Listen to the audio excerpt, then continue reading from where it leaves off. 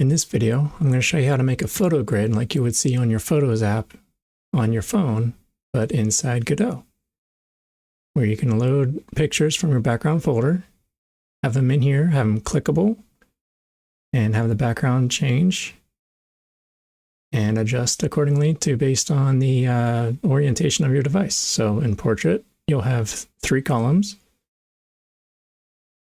And if you switch it over to Landscape, you can have 5. And it'll automatically adjust depending on the orientation, and you won't have any scroll bars across the bottom.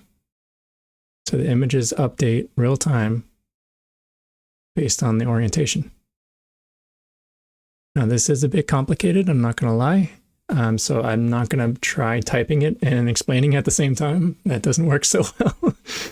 So figured people just fast forward through those anyway. So I'm just going to show you what I did, and hopefully it makes sense.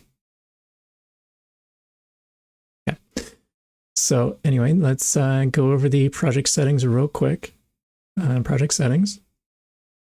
The viewport size I have is 320 by 568, the same size as an iPhone SE, just for reference. The window, I just doubled those, so 64 by 1136. And for the stretch mode, I have viewport and expand for aspect. And for the sensor orientation, I have sensor. The other thing you may want to include is the touch. So if you do a search for touch and input devices porting, make sure both of these are checked. More for the touch area at the bottom. So on the main screen here, it just has the background available and the tab bar that is not visible initially. And then the settings button, whenever you click the settings button, it unhides the tab bar. In the tab bar, under the background tab, which if you're curious how I made this tab bar controller, check out the video I have linked at the top right. I just essentially put it under the background tab. I put a margin container and made sure it is, the background tab, make sure that is the right size, what I want it for, which is essentially all the available space in there. Margin container. And over here on the constants, I added some extra margins. And the scroll container. Make sure you have all these container sizing set to fill for horizontal and vertical. And then for the background grid container, make sure we have that set to expand for both as well. So from there, all the fun is in the scripts. Okay, so to start this, I'm going to start from the bottom of the tree and work my way up in explaining this because we're using signals and that's what you have to do.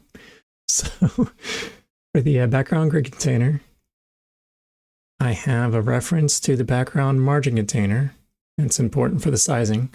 In the set of connections, make sure you have this. If you're worried about adjusting for the portrait and landscape, you need to have this connected. The margin container, whenever it is resized, we also run this, which essentially just runs the same thing, but you'll see why that's important later. We could just replicate that, put this in here, but for demonstration purposes, I want to separate them. Okay, so inside the update grid, we do a variable for the button size. It's just arbitrary numbers. These will change. H separator. So right now it's the default, which I think is 4. But this will, if you change it, this will automatically update that. The screen size to make sure we're getting the appropriate size for the landscape or portrait. And then this available space. I actually created a separate function down here to get the available space within the margin container. So this way, like if you have the 20, 20, 20 and 30 on one side or whatever, this will account for all that. So this gets the theme overrides for the margins and then calculates the available width. So the container size.x minus the left and right margins, and then it just prints off the available space. And then once it's all done, it returns the available width and available height. So again, this is just the available space that's within that margin container, not the available space on the whole screen, just that margin container. So you got to make sure you have that reference, because without that reference, It's not going to work. Okay, so once we have the available space, we then check to see if the screen is in portrait or landscape mode. If it's in landscape, I have it set to columns 5. Now this columns is a variable for the grid container, so that's why it's not declared anywhere. I just set that to 5. And then you do the available space.x, so the width of it, divided by the columns. And then for the button size that we declared up here, we do the resize, which is right here, minus the h separation, which was up here. And we essentially want to make it a square, so it's the same thing for both. And then for the columns, we want to make sure we get full pictures. So that's what we're doing is floor integer. And we do available space.x divided by button size.x. So essentially we do the same thing for the portrait mode, but we only have 3 columns. We'll calculate that appropriately. And then once we calculate that, we go down here, and then for each child in the grid container, it will double check to make sure it's a texture button, and then set the custom minimum size to the button size that we calculated earlier. Okay. So from there, we go up to the margin container, which is actually what is, I'm sorry, not the margin container, it's the background tab. So the background tab is what actually has this grid container in it. So again, we need to make sure we have a reference to that. And we're going to be using a custom signal here, background selected, and we're going to be passing the image path. That'll make sense in a moment. So in the ready, we populate the grid, and that is calling for an array, which I should specify that, but I will later, of image paths, which are just strings. So we go down here to the load background images, it returns an array of strings. First, we got to create that array, and then this folder path is essentially a folder inside your project here. So res, assets, backgrounds. And these lines go into that directory, and then it iterates the file names and looks for any file name that's not blank, essentially. Now, if you have ever added a file to your project, such as these images, it actually adds the image, but then adds a secondary file called, ends with a .import. If you're using the editor, you can look for the .jpeg, it'll be fine. But if you try to export it and put it on a device or export it to Windows or Mac or whatever, it won't be able to find this .jpeg. It needs the .import information. So we're going to be looking for these imports, and we're not worried about the .jpegs, for instance. So what this is going to do is go through, grab the imports, and then grab the image path, which is going to be the folder path, which will be declared up here, and the file name, which is the, as it's going through the files, it's going to be that file name. We're going to attach the image path, which was right here, to this images append. So it's going to attach this array of strings, which is going to be just the image path.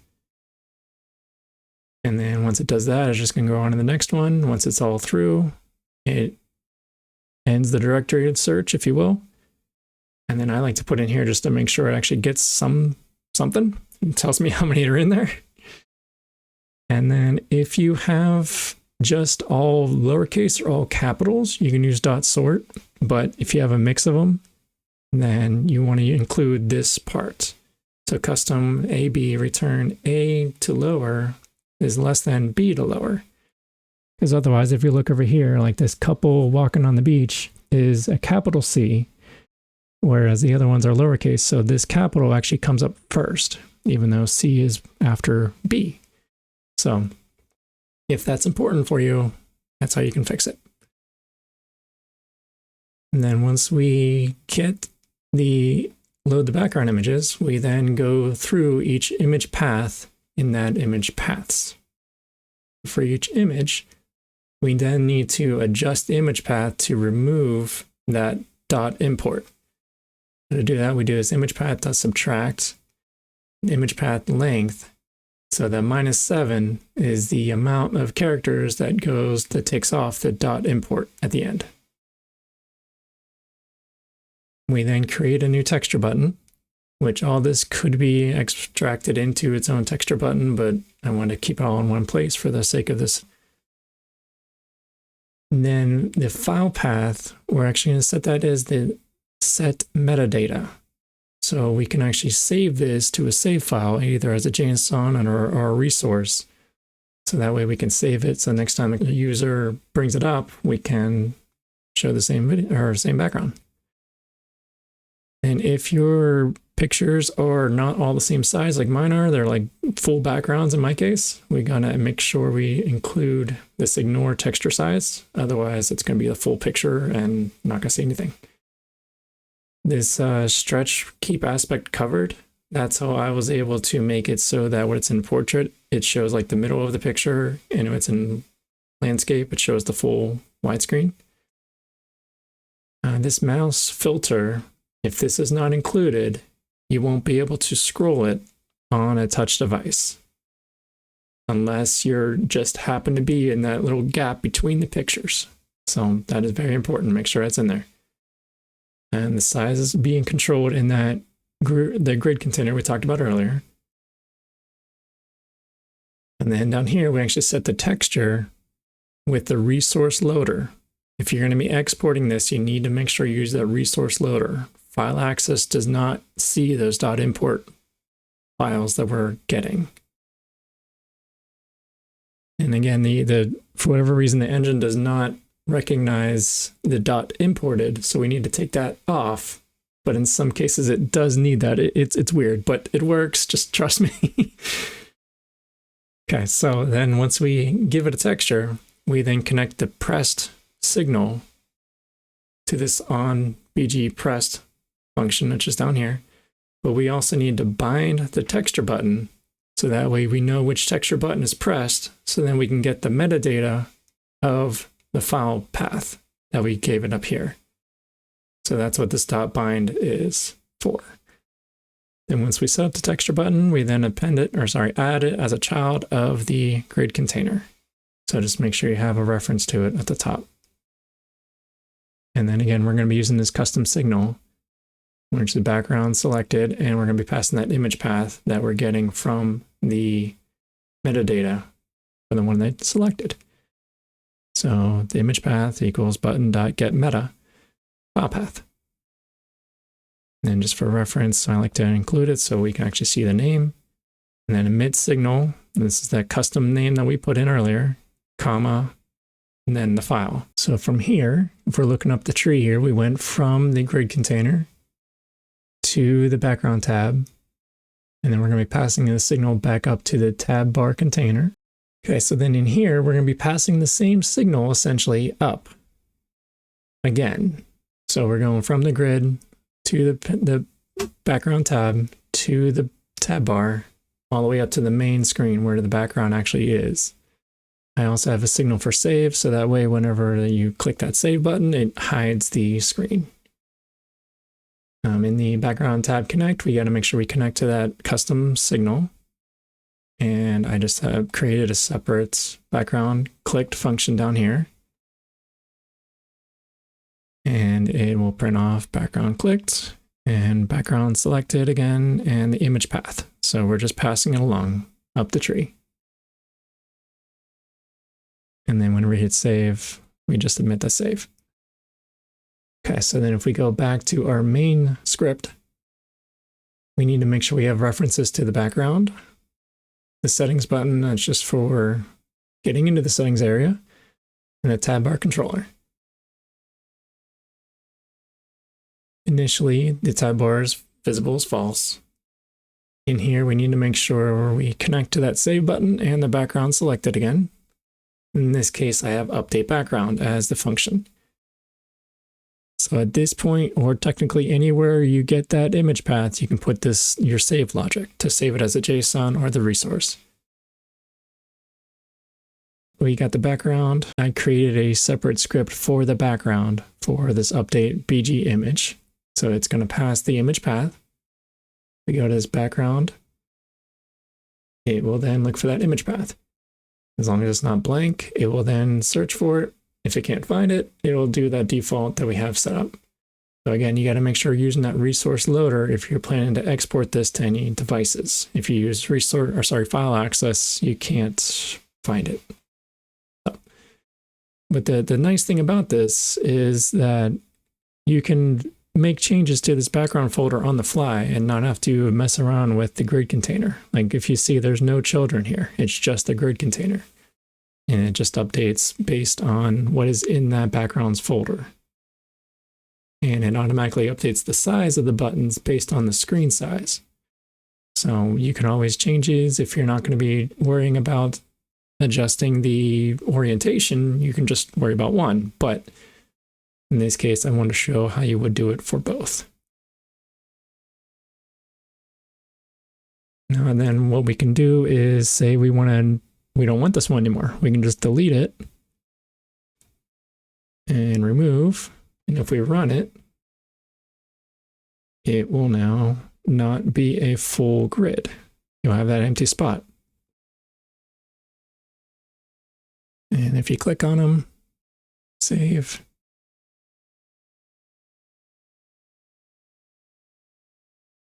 I like the puppies. They're cute. But if you go into settings, whichever orientation you are, it automatically updates, it resizes accordingly. And again, you don't have that side scrolling. And then if you want to add more files to this, you can either drop them into your folder of the folder of the project. Or if you come over here in Godot and click on the backgrounds folder, and then drag in, like I have a couple extra here just for examples. You drag them into there. And then Godot will automatically update them. So I had fireworks, for instance, they're there. And then waterfall, they're there. So without changing the code or anything else in Godot, I just start it up and go to settings. And there's the fireworks. And there's the waterfalls. So essentially it's real time, if you will. But it's really convenient. I did want to show why we're worried about getting the margin container size.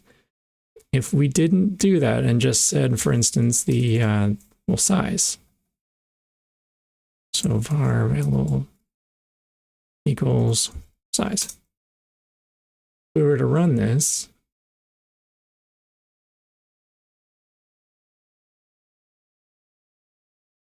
it's going to be blank.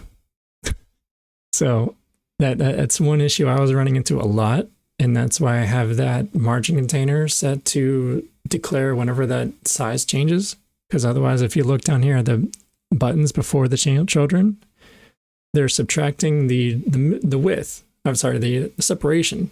So that's why it's -4, but obviously you can't have a -4 button. It's just not going to be there. So if you change it even slightly, like if you change the orientation of the device, they'll pop up because there's actually something there. But it was just really, really annoying trying to figure that out. But once you change it, it'll go. But this happens too. So like if you're staying in one orientation, it's quote unquote fine. But if you start switching around, now you're getting this side scrolling. They're not quite the right size. If you go back to normal, it's messy. So to get around that, I had to do this get available space, which is fine. I mean, once it's there, it's good to go. So now it automatically adjusts and the size stays accordingly all the time.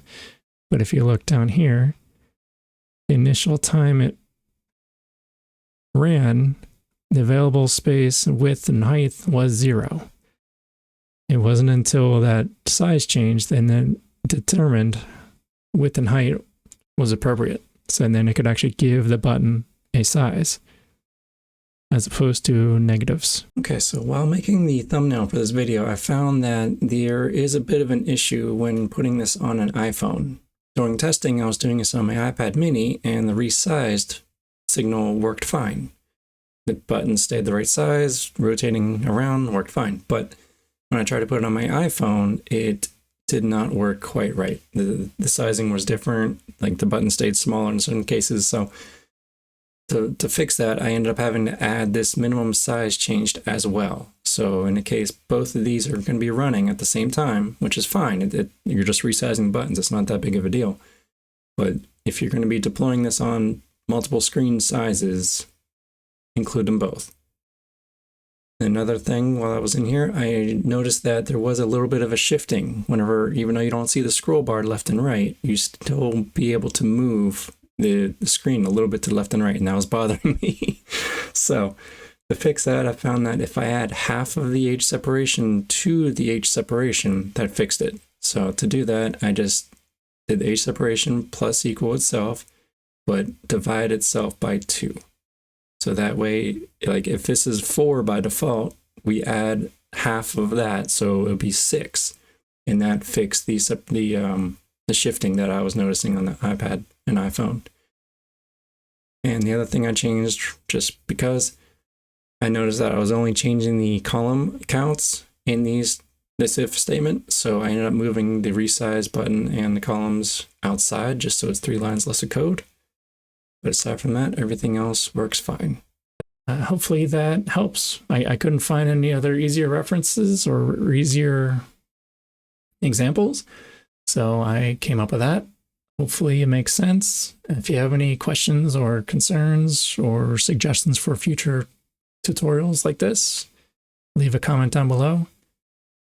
Let me know if you like this style as well, because me trying to type all that real time would not have ended well. So it was a lot easier for me to just explain it as opposed to try typing it real time. And I figured that way you guys don't need to fast forward through me typing anyway. I can just focus on explaining my thought process and everything along with that. But hopefully that helped. Thank you for watching. Please like and subscribe for more content like this, and I hope you have a great rest of your day.